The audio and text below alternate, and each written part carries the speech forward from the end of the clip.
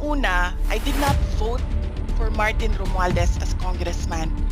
Kung taga-Tacloban man ako, hindi din ako boboto sa kanya as congressman.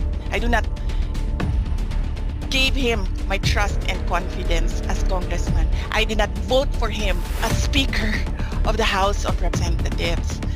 Diba?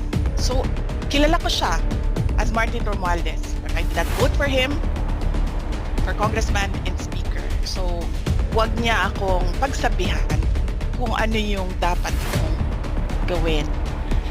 And then, doon naman sa apat, lagi kong inuulit-ulit yan. Hindi ako yung uupo doon, sila yung uupo doon, sila yung iinsultuhin, sila yung babastusin, sila yung mamaliitin. So, kailangan yung tao ang mag-decide. Kakayanin ko ba ito o hindi? Kung kakayanin